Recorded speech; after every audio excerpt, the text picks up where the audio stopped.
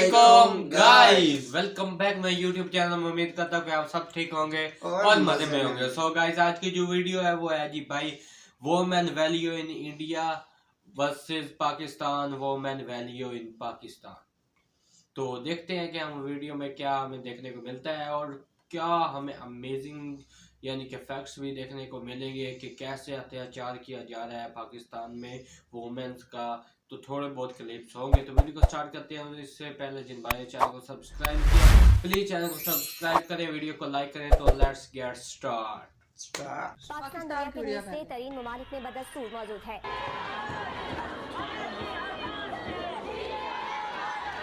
हम ये उलमाए किराम फैमिली पार्क को फिलफोल बंद करने का मुतालबा करते कि नहीं? तो पाकिस्तान से जितनी भी आवाज़ें उठती हैं मुआशरे के मसाइल को लेकर, जिसमें ये कहा जाता है कि भारत हमारे ख़िलाफ़ अग्रेशन कर रहा है और उसको हमें ज़मीन बोस करना पड़ेगा, फिर हम आगे बढ़ेंगे।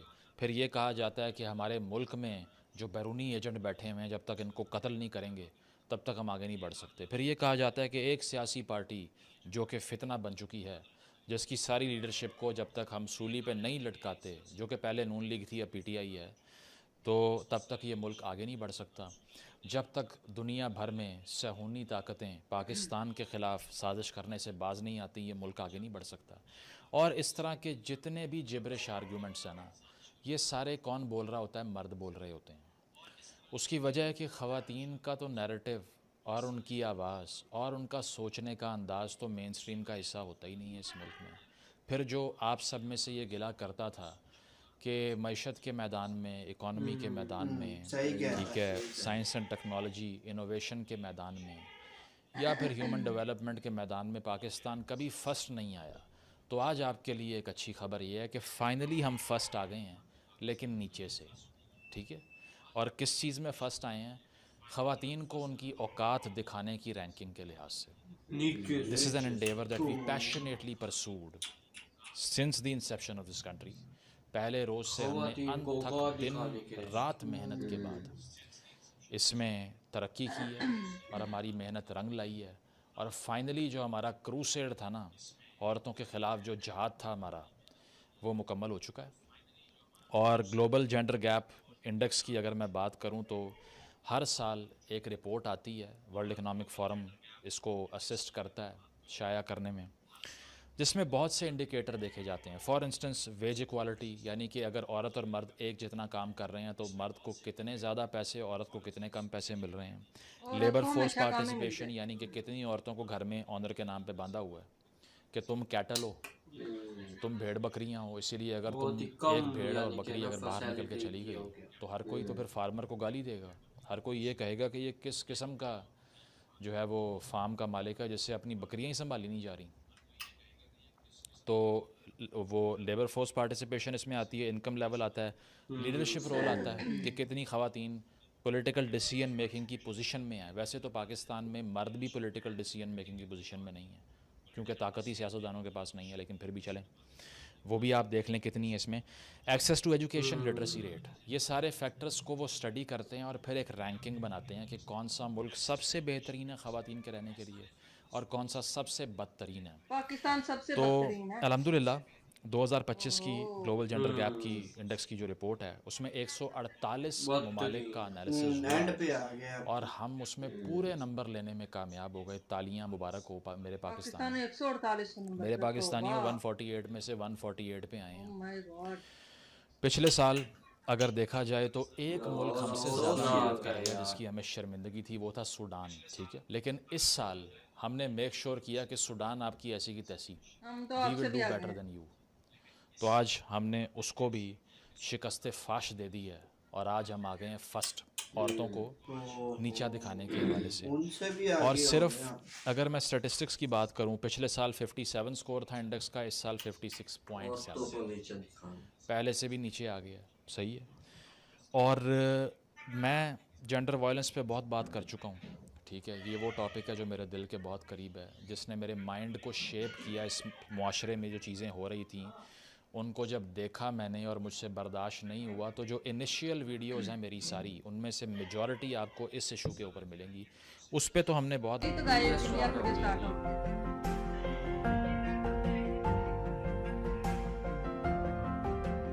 गाय जब से आई है तो मेरे घर में इनकम आ गई है और इससे मैं बहुत खुश हूँ। घर में आप इतनी कमाई आप कर रही हैं जी आपकी जरा दादागिरी बढ़ गई होगी। फिर ऐसा तो नहीं होगा मोदी जी ने घर में झगड़ा करवा दिया?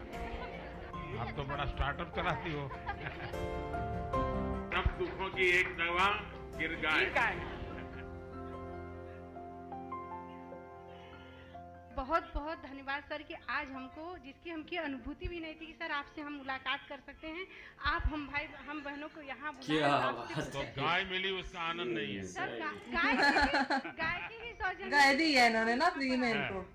और सर गिर गाय मिलने से सर हम तो आत्मनिर्भर तो हुए ही हैं सर। उसके साथ साथ सर हमारी संस्कृति का भी विकास हुआ। अच्छा, आप में से किसी को विचार आया कि अपनी गाय के साथ सेल्फी ले? जी सर हम लोग लिए हैं। ले लिए हैं? जी सर। सर हमारे बच्चे ना जाते हैं उनसे अपनी बातें शेयर करते हैं, उसको सहलाते हैं, उसके गले मतलब मिल जाते हैं। आपने हमें गिर गाय दिया उसके लिए आपको बहुत बहुत धन्यवाद। हमारी गिर गाय साहब रोज लगभग 17 से 18 केजी दूध देती है। 18 केजी? अच्छा, हमारा गुजरात में मैंने नियम बनाया था कि किसी पुरुष को पैसे मत दो दूध के। सही बात है, महिला को सीधा मिलना चाहिए। यहाँ शुरू किया कि नहीं किया? बहुत अच्छी बात है। देखिए, मैं आज बोल करके जा रहा हूँ, अभी आपके अकाउंट में दूध का पैसा महिलाओं के अकाउंट में जाएगा, किसी पुरुष के अकाउंट में नहीं जाएगा। फिर ऐसा तो नहीं होगा मोदी जी ने घर में झगड़ा करवा दिया? और सर जी जो बोनस का पैसा आता है मैं उससे गोबर खरीदती हूँ और बर्मिंग खाद का। अच्छा, वो काम शुरू किए हैं? जी सर जी, बर्मिंग खाद बनाती हूँ। हमारी बर्मिंग खाद जो है महीने का लगभग 40 से 50 कुंटल जो है मार्केट में सेल करती हूँ। अरे वाह, आप तो बड़ा स्टार्टअप चलाती हो। गिर गाय जो पाँव पड़ा है बहुत ही शुभ है। उनके आने से उनकी गिर गाय आने से 14 साल के बाद हमारे यहाँ बछड़ी हुई, जिन्हें हम प्यार से हनी बनी कहते हैं। हमारे में काफी गाय के साथ भी जुड़ गया। जी सर मेरे पास कोई गाय नहीं थी और मेरे पास पहली गिर गाय आई और इसके पहले मैं बहुत सर परेशान भी रहती थी। मेरे यहाँ पारिवारिक आर्थिक तंगी भी चलती थी, आए दिन मेरे घर में दुर्घटनाएं होती थी। अब ऐसा कुछ नहीं है सर, सब गौ माता के आशीर्वाद से सब अच्छा हो रहा है सर, इसलिए मैं आपका आभार व्यक्त करना चाहती हूँ सर। कितना मिलता है और कितना कमाई होती है? महीने का सर आ जाता है 8 से 9 हज़ार रुपए। सर पहले कुछ था ही नहीं तो मिलेगा कहाँ से? घर में आप इतनी कमाई आप कर रही हैं जी, आपकी जरा दादागिरी बढ़ गई होगी। अब महिलाओं को जो आप सशक्तिकरण की ओर ले जा रहे हैं सर, उसके लिए भी मैं आपकी थैंकफुल हूँ। पावर किया जा रहा है, बहुत अच्छी है। मतलब परिवार की फैमिली मेंबर बन गई है। जी, परिवार की फैमिली नंबर बन गया। और मेरे जो दादाजी हैं मतलब उनको 2 बेटे हैं, बोलते हैं कि मेरे 3 बेटे हैं जो कि एक गिर गाय हैं दूध खाने के लिए। मैंने पंजाब के मुख्यमंत्री थे बादल साहब, तो उन्होंने मुझसे गिर गया, तब तो मैं राजनीति में नहीं था लेकिन मेरा उनसे अच्छा परिचय था। तो उन्होंने मुझे कहा कि मुझे गिर गाय चाहिए, आप दीजिए। तो मैंने उनको 5 गिर गाय दी। बाद में मुख्यमंत्री बन गया। तो एक बार हम सब मुख्यमंत्रियों का भोजन था, तो उन्होंने कहा भाई ये गुजरात के लोग ऐसे हैं, इनकी गाय भी ऐसी है। मैंने कहा क्या हुआ? उन्हें किसको मारती नहीं है। आपको भी यही अनुभव आया ना? जी सर। बच्चे भी गाय के पास चले जाते होंगे। हाँ सर। मुझे गिर गाय जब मिली न तो मेरे यहाँ बांधने के लिए जगह नहीं था, उसको मैं रोड पर बांधी। जगह उसके पहले था लेकिन 15 बरस से वह स्टे पड़ा था, मुकदमा भी चल रहा था।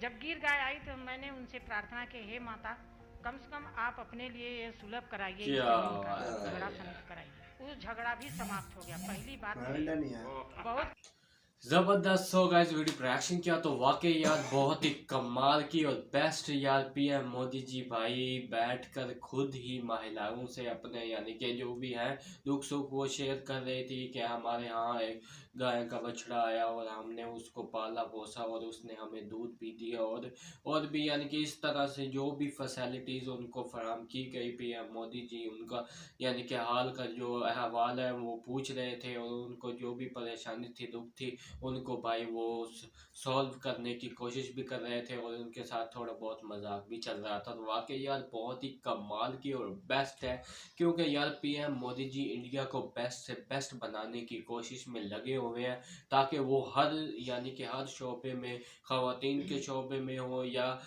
मर्द के शोबे में यानी कि वो जो भी है इन सब को यानी कि बराबर के हकूक़ दिए जा रहे हैं। अगर जॉब मर्द कर सकते हैं तो भाई औरत भी कर सकती है, वो भी अपना स्किल्स को इस्तेमाल करके एक बेहतर मुस्तकबिल अपने बच्चों के लिए बना सकती है। तो भाई वाकई यार पीएम मोदी जी बहुत ही बेस्ट काम कर रहे हैं। और दूसरी तरफ भाई हमारे यहाँ पाकिस्तान में बहुत ही अफसोसनाक खबर है कि हमने इस साल में भाई हम टॉप पोजीशन पे आए हैं ख़वातीन पर अत्याचार करते हुए।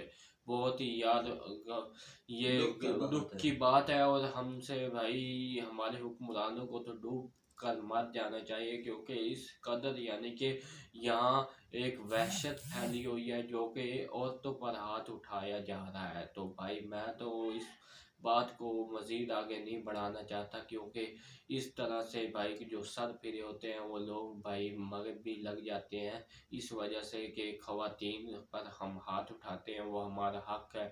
औरत को भाई कमज़ोर बना कर रखा हुआ है और हालांकि औरत ही घर बनाती है और इससे इसी से ही नस्ल आगे चलती है। तो भाई जो भी है ओवरऑल अल्लाह ताला इन सब को हदायत दे और हमारा यानी कि इन ख़वातीन को सुरक्षा भी दिया जाए और उन्हें हिफाजत के लिए भाई हुक्मरानों को चाहिए कि वो उनको अच्छे से अच्छा यानी कि उनके लिए फैसिलिटीज़ ले आए सहूलियात वगैरह। तो आपकी क्या राय है अपने कमेंट में बताना है और हमारी वीडियो कैसी लगी वो भी आप लाजमी बताया करें और हमारे चैनल को लाजमी सब्सक्राइब किया करें। तो मिलते हैं नेक्स्ट वीडियो में, तब तक के लिए बाय बाय गाइस।